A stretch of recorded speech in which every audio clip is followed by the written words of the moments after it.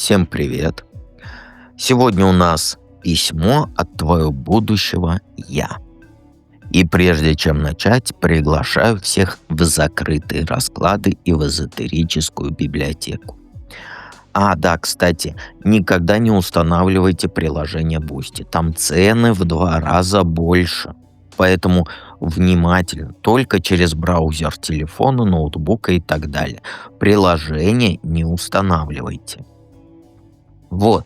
В эзотерической библиотеке более 900 книг и аудиокниг, плюс практики. Также доступно становятся закрытые расклады. И это только на Бусти, я имею в виду эзотерическая библиотека. В закрытых раскладах практики по чакрам есть, разные практики абсолютно, плюс закрытые расклады. Стоимость там $2, что ли, или это 200 рублей, смотря какая у вас валюта в вашей стране. Приходите, пожалуйста. Ссылки в описании к видео и в закрепленном комментарии. Никто еще не пожалел. Работает от всех, со всех стран доступ есть. Итак, давайте начнем наш расклад.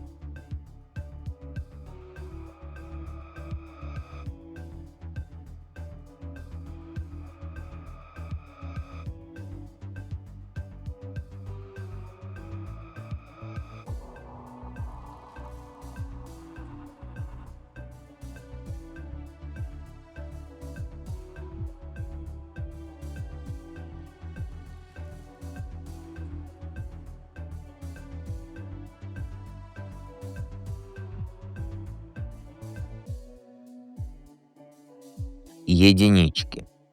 А, Сразу говорю, первые две карты — это сигнификация. Что такое сигнификация? Это чтобы понять, если я говорю в сигнификации о тебе, значит, это твой расклад. Если не о тебе, значит, не твой. То сейчас в твоей жизни происходит? Ну, прямо сейчас ты в глубокой денежной яме. И у тебя еще эмоциональный застой. Отстой, я бы сказал. Твои долги по кредиткам, они уже зашкаливают. Ты от коллекторов прячешься, телефон не берешь, в холодильнике мышь повесилась. И вот вместо того, чтобы схватить хоть какую-то подработку, ты сидишь дома и тупо пялишься в телевизор. Твоя подруга тебе уже несколько раз предлагала там временную работу, подработку, а ты ей грубо отказываешь, потому что это ниже твоего достоинства. Ты игнорируешь реальную помощь себе. Зациклилась на своих проблемах и сама себя в угол загнала. Ты отрезала всех, вот кто пытается тебя вытащить. А теперь ты плачешь, что тебя никто не понимает. Это не жизнь, это сплошная попа. И ты сама ее себе устроила своим упрямством и своим нежеланием шевелиться. А что ты думала, я буду тебе по головке гладить, что ты умничка, страдаешь, а весь мир против тебя? Нет, ты виновата. Что твое будущее «я» хочет тебе сказать? Ну, знаешь, ты будущее орешь самой себе уже в этот микрофон. Хватит рвать попку свою на части. Ты как белка мечешься между микрозаймами, попытками угодить бывшему мужу, алкашу, истериками из-за потерянной работы. Ты пытаешься все контролировать, а получается только хуже. И вот твое будущее «я», она требует тебе срочно остановиться. Именно сейчас. Прекрати пальцы в розетку совать, думая, что на этот раз током не шандарахнет.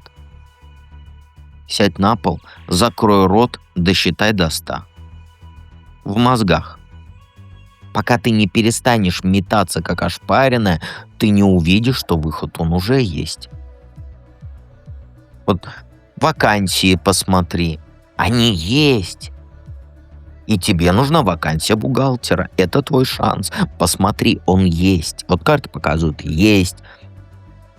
Но ты его просрешь, грубо говоря, если ты не выдохнешь и не посмотришь на все вообще под другим углом. Какое предупреждение или совет дает тебе будущее ты? Ну, знаешь, будешь упорно ничего не делать, вот сядешь на бутылку. Прям сегодня возьми бумагу и честно распиши все свои косяки. Долги в 300 тысяч, просрочки по кредитам, вранье родителям, что все хорошо. Перестань врать себе, ты на грани уже. Но есть еще шанс все исправить. Нужно позвонить той подруге и согласиться на работу, которую она предлагала. И начинай копить после этого, когда ты начнешь деньги получать. Понимаешь? И самое главное тут признай свою долю ответственности за свою собственную жизнь. Не вини во всем этого бывшего мужа или там экономику плохую. Нет. Если сейчас ты не начнешь чистить вот этот вот, как его, Авгиева конюшни свои, то через полгода тебя ждет суд. Ждет опись имущества, ждет полный крах. Но если сегодня же ты возьмешься за голову, у тебя возможность есть начать с чистого листа. Так уж ты уж сама выбирай. Или ты сегодня идешь, как говорится, подавать документы на эту работу, которую тебе подруга предложила, или знакомая.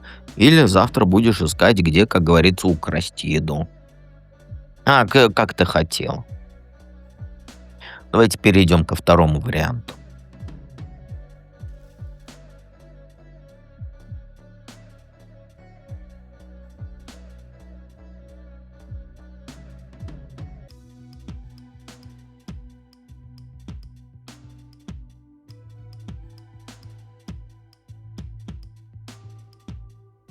Двоечки. Двоечки, сигнификация мне ваша не нравится. Это или смерть близкого человека, или жесткое расставание с этим человеком навсегда и окончательно. Но тут больше смерть близкого человека похож. А, м, я не начал говорить. Что сейчас в твоей жизни происходит, это сигнификация. И вот этот человек твоей опорой был. Деньгами рублила, принимала решения, а ты просто вот плыла по течению. И теперь этого человека нет, и ты как ребенок прям не знаешь, куда бежать. Все вот эти бумаги, наследства, долги по кредитам, которые были, они свалились на тебя, как вот ком снежный.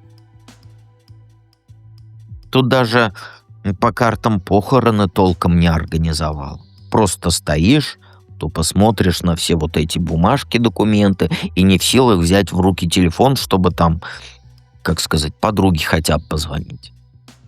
А вокруг уже другие родственники крутятся, которые нюхом чуют, что можно урвать кусок. И вид делают, что помогают, но на самом деле ждут, когда ты сломаешься окончательно, чтобы за тебя все решать.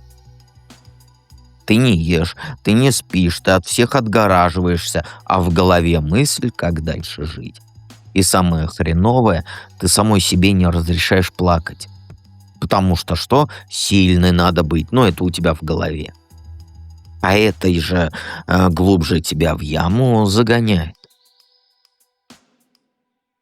Что твое будущее, я хочу тебе сказать. Ну, знаешь, хватит ждать чуда и плакать. Ну, плакать в смысле образно. Если прям сегодня не возьмешь себя в руки, то провалишься в такую депрессию, что потом будешь годами выкарабкиваться.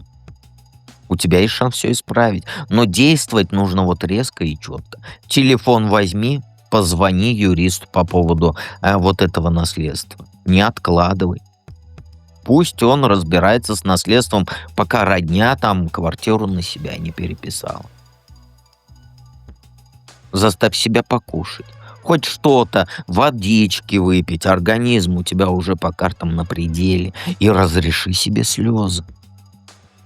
Разревелась, выдохнула и вперед. Смерть — это не конец. Смерть — это новое начало. Твоя будущая «я» уже прошло, вот сказать, как сказать, она прошла уже вот этот ад. И знает, ты выберешься, если ты перестанешь делать вид, что все под контролем. Подруге признайся, вот, что тебе плохо. Попроси ее приехать, с тобой посидеть, пока ты там бумагами занимаешься. Знаю, что плохо, но глаза боятся, руки делают. Через месяц будешь благодарить себя за вот этот пинок. Понимаешь? Какое предупреждение или совет тебе дает твое я? Ну, знаешь, ухо держи востро. Вот это какая-то женщина, это вот, типа вот, знаешь, вот я не знаю, как объяснить слово «змея». Я вот сейчас, это вот знаешь, как, это очень не, ты не поймешь. Если ты в первый раз смотришь мой расклад, то для меня слова, для меня вот эти вот, что у меня в голове, это как на вкус. И вот эта женщина, она очень невкусная. Она вкус какашек. Она якобы заботливая, вот эта женщина. Тебя как бы, как сказать, заботится о тебе, но она тебя обманывает.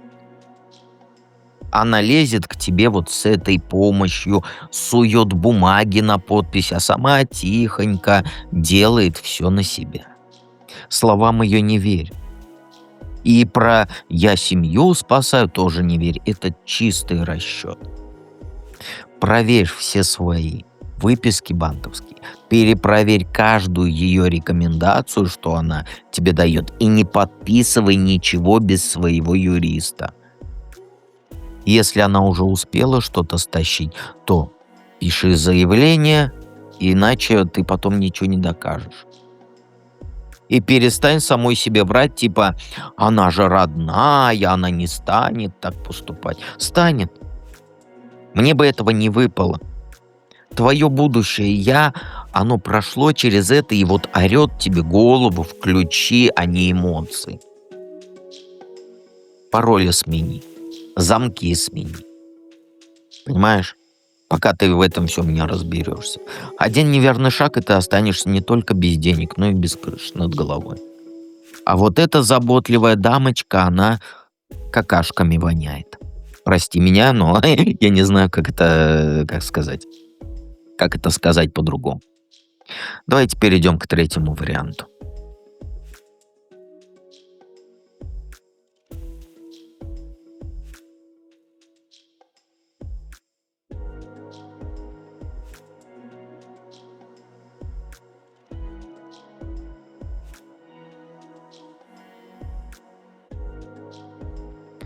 Троечки, если вы впервые меня смотрите или в первые расклады смотрите, то объясню. Первые две карты — сигнификация. Что это такое? Это если я по двум первым картам говорю о тебе, о твоей жизни, прям вот тебе резонирует, значит твой расклад. Если нет, то нет. Ну, прости, вариантов всего три, а вас много. Что сейчас в твоей жизни происходит? Ну, знаешь, ты в ситуации, где у тебя новый мужчина.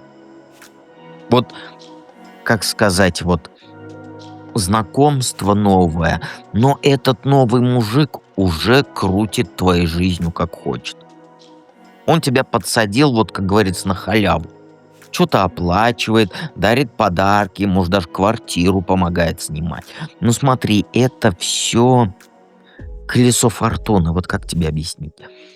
То есть удача сегодня есть, а завтра она исчезнет. И ты уже перестала думать о своей работе, забросила свои карьерные планы, потому что он все решит. А король Пентаклей — это вот как раз он, король Земли. Это владелец вот этого бизнеса, состоятельный, но контролирующий. Он тебе не мужчина, не партнер твой, он сейчас твой спонсор. И ты уже начал подстраиваться под его график. Отменяешь встречи с подругами, перестала учиться, перестала саморазвиваться. И думаешь, что это стабильность. Нет, это клетка с золотыми вот этими прутьями. Прямо сейчас он тебя покупает. Ну, ты рада, конечно, потому что ты устала от своих там кредитов, квартир съемных и так далее. Но через месяц он найдет новую игрушку, а ты останешься с пустым кошельком и провалом в твоих этих, как его, резюме. Что твое будущее я хочет тебе сказать? Ну, знаешь, хватит валять дурака. Реально, ты забила на свое вот это вот, как сказать, на свое дело, где раньше там делала всякое, и, как сказать, не на заказ, а вот своими руками что-то делал. Ты теперь целыми днями ждешь, когда этот тип тебе чего-нибудь оплачет. Восьмерка пентаклей — это твои руки, восьмерка земли, которыми ты умеешь зарабатывать, а не брать подачки. Вот твоя будущая версия, она в панике. Говорит, ты теряешь навыки, ты теряешь клиентов, а без них через полгода ты станешь, как говорится, финансовым инвалидом. А королева Пентаклей — это ты. Но версия, которая сама рулит бизнесом и ни от кого не зависит. А ты, как сказать, вот этот, как называется собака-то? Поводок одела, ошейник, а поводок отдала ему. И все, ты просто идешь за ним. И вот твое будущее я, она прям требует бросить эту игру в Золушку и срочно вернуться к работе. Прямо вот завтра напиши старым там заказчикам твоих, э, твоего дела. Соцсети обнови свои. Начни заказы брать. Если сейчас ты не вкачаешь мышцы самостоятельности, то потом ты будешь ползать перед этим мужиком за каждой копеечкой. Понимаешь? Какое предупреждение или совет твое будущее я дает? Ну, знаешь, если ты свои границы не отстоишь в этих отношениях, то ты через год реветь будешь в подушку. Прям без вариантов. И сбежать не сможешь, потому что это созависимость будет. И это даже не созависимость, это будет зависимость от него. Семерка жезлов, да, семерка огня, это твой последний шанс сказать ему, что нет, я работу не брошу. Понимаешь? Нет, я не перееду к тебе через неделю. Нет, я не буду отчитываться за каждый свой шаг. Он уже начал диктовать тебе, с кем общаться и во что одеваться. И будущая ты, она видит, как сказать, тебя в ловушке вот этой восьмерки воздух, восьмерки мечей. Ты будешь ненавидеть его, но ты останешься, потому что ты задолжаешь ему за вот это спасение от прежней жизни. То есть его деньги, они станут твоим поводком вот этим, понимаешь? А сейчас ты еще можешь выйти из игры. Вернись к своим проектам. Оплати сама свой ужин в следующий раз. Если ты промолчишь сегодня, завтра ты будешь его вот этой рабыней с айфоном последней модели и нулем на душе. Понимаешь? Все ты понимаешь. Сегодня точечные расклады. Подписывайтесь на канал, жмякайте на колокольчик и помните, что дед всегда рядом.